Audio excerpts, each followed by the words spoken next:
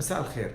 تجيني حالات كثيرة يشتكي الطفل منها ويعاني من مشاكل تنفسية، شخير، تكرار زكام، رشح متواصل، والدكتور يقول لهم انه في لحمية متضخمة او في لوز. الاهل يمانعون، السبب يقول لك انه والله اللحمية مهمة، اللوز مهمة، ما نبغى نشيلها. هذا كلام مو بصحيح.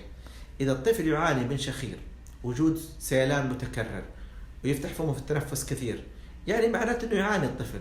فنصيحتي لازم تشال اللحمية واللوز اذا كانت متضخمة، لان لها مشاكل كثير تخلي الطفل ما ياخذ جودة جيدة اثناء النوم، تخليه تسبب له روائح كريهة في الفم، وبالتالي يعتقد انه الاكل طعمه مش كويس، وبالتالي ما ياكل. الباب اللي يجيك من الريح شيله واستريح.